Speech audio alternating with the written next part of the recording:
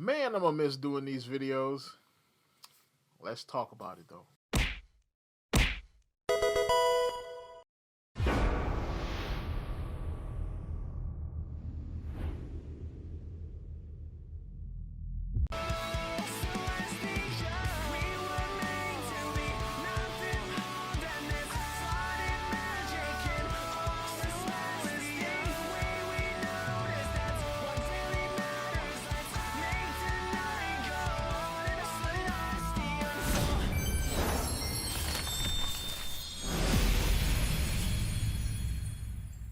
What is up, YouTube? My name is RSMario here, bringing you another Pokemon Scarlet and Violet video.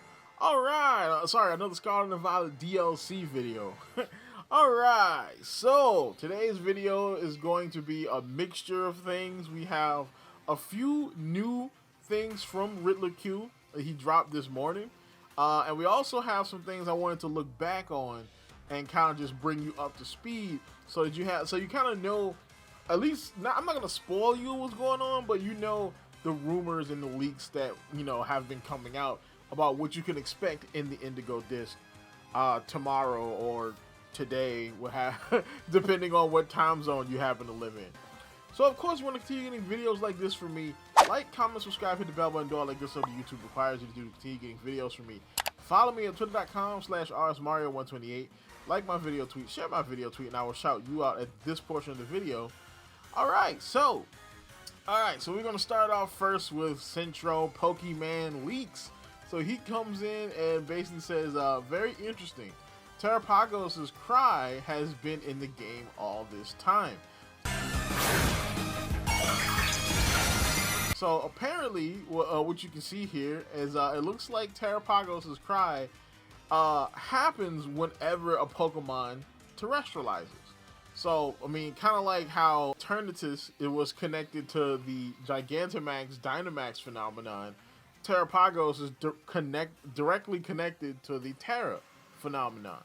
So, of course, the eyes on the crown of the Tera hats are probably Terapagos, which indicates that maybe Terapagos might be the evil one. Now, we've all thought that maybe, the evil one was going to be Dokutaro, but maybe Terapagos is evil, or maybe he's angry. You know what I'm saying? We're going to get into that a little bit later. But definitely interesting, and we've been hearing Terapagos' cry this whole time. So the next one, who is this character? Now, I don't think this is a new character per se, alright? Because it would be kind of crazy for them to drop a whole new character student on us this late in the game. Like, this is in game, okay? This is game 7 overtime. It would be kind of crazy for them to drop a brand new character on us now. So more than likely, this is an existing character that just has a new look. Probably like Mellow. I'm thinking that this probably is Mellow, and she dropped all the rock goth type of look, you know what I'm saying, because she's coming back to school. She's got to wear the uniform. And I think we might be able to see like the finality of the Team Star story in the DLC, which, to be honest, I think is good. Because, I mean, outside of Arvin's story with him and the Mastiff, one of my favorite parts of, Scarlet and Violet was the Team Star story and meeting all these Team Star people and seeing how they were bullied and they came together to fight the bullies. But then that kind of made them at odds with the school. I think the Team Star story was good. So it would be interesting to see those characters at least kind of cameo in the game in some way. Hopefully they don't die, because we know that allegedly some characters are gonna die in this DLC. But I'm thinking that this is Mellow. But it is possible that they do something crazy and drop a brand new character on us at the end of the story, or something to that extent. Maybe this is like human Terapagos or something. We never know, but more than likely it's Mellow though. So, speaking of human characters, we have Dokutaro. So we know Dokutaro is a reference from an old Japanese folktale of Momotaro. Alright, where Momotaro was this kid who was born from a peach, and he goes out and he meets 3 mythical animals, and they help him fight. Well, he feeds them and kind of gets them to help him fight an ogre to save this town of these people that adopted him. Okay, that's the story. The whole, like, you know, Ogre Pond, Three Loyal Beasts story was connected to that folk tale. And now, technically, they didn't finish the tale because we've got the ogre, we've got the 3 magical creatures, but we don't have Momotaro. So a lot of people believe that Momotaro was going to be in the Indigo Disk, and he was going to play some kind of big role in the story, because the rumor or the theory is that Dokutaro corrupted the 3 loyal beasts in some way, you know what I'm saying, and that he is kind of like holding the chains that control them, and that's the whole toxic chain thing. So a lot of people are thinking that he was going to be a big role in the story. Allegedly, that's not the case. So Silver Art says, after endless Pokemon Scarlet and Violet theories and hype around Dokutaro / Peachy Kid, the climax to it all is just hilarious and sad. So I got a feeling this is going to be like a meme. I kind of hope not, because the whole thing is kind of intriguing. A Pokemon manipulating and controlling other Pokemon through this poisonous chain power is intriguing, you know what I'm saying? Anytime there's an evil Pokemon or an evil-ish Pokemon, it's always intriguing because of how most Pokemon are usually characterized as being good. So, speaking of Dokutaro, we have Kieran. So, Kieran is going to play a major role possibly in the Indigo Disk story. Now, I've been going back and forth on this because it's possible that he does and it's possible that he does not. Because, I mean, right here, it looks like his storyline is going to be connected to Dokutaro. Alright, because he's got like the new hairdo, it's purple, it looks kind of like a weird toxic peach. You know what I'm saying? He's not holding a Pokeball. That looks like it's probably a fruit, like maybe an apple. I don't think it's a Pokeball, okay? Alright, you know what I'm saying? Because maybe it's a Pokeball, he's just holding the bottom part, you know, but I'm thinking that might be like an apple or some kind of evil Dokutaro fruit, and you eat it and you become like a Dokutaro zombie or something, you know, or become controlled by him. But we know that his heel turn, based off of the events of Teal Mask, are going to play somewhat of a role in the Indigo Disk. We know that you're going to have to face him as one of the penultimate battles in the DLC, and that's going to be kind of a big part of the DLC. Now, will that be the end? I don't think so. I got another theory for that, you know what I'm saying? But he's going to play a pretty big role. Now, we already know that this is a kid's game, so I don't think he's going to die. I don't think he's going to get like that Anakin treatment where he turns heel, he does some terrible stuff, but then he turns face by giving up his life. We're not getting an Anakin storyline with this guy. He's going to turn evil, he's going to do some stuff, you're going to stop him, and then he's going to be like, okay, I guess I'm not evil anymore, and then he's going to go away. Alright, so, some more new stuff. So, Gorilla Q dropped these two this morning. So, they're basically, looks like some anime characters riding on Terrakion and Entei. So, we're going to do the Entei one first. So, it looks like Hamura from Madoka Magica is riding on Entei. So, now, if you don't know, if you haven't seen Madoka Magica, it's like the preliminary magical girl show right now. Alright, like it changed the whole magical girl genre. And essentially Hamura is the magical girl who made a deal with the little friendly creature that's in all the magical girl shows now. But that deal turned out to be pretty bad, and so she ended up going back in time because that's her power. She goes back in time to try to fix what happened and try to maybe save some people from making that same deal. You know, specifically Madoka, you know what I'm saying? And so maybe this means that there's a time travel element to this story. You know what I'm saying? Maybe one of the characters that we've seen has time travel. Maybe Kieran time travel. Maybe that's an evil Kieran from another time or something. You know what I'm saying? But one of them time traveled and they're going to possibly be riding on one of the legendary Pokemon. Or maybe, you know, Koraidon and Miraidon get tied back into the story. Because remember, they are your ride Pokemon.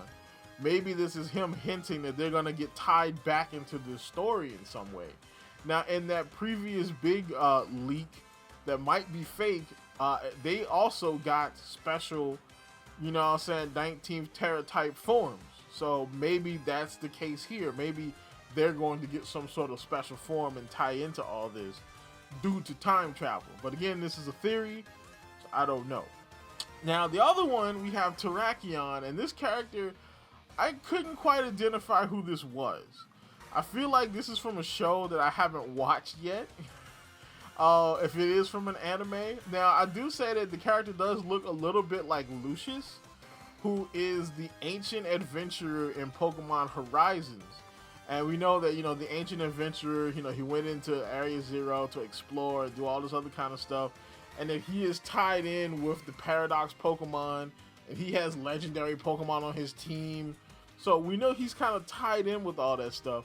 So maybe this is a hint that, Paradoxes are going to be involved in some way.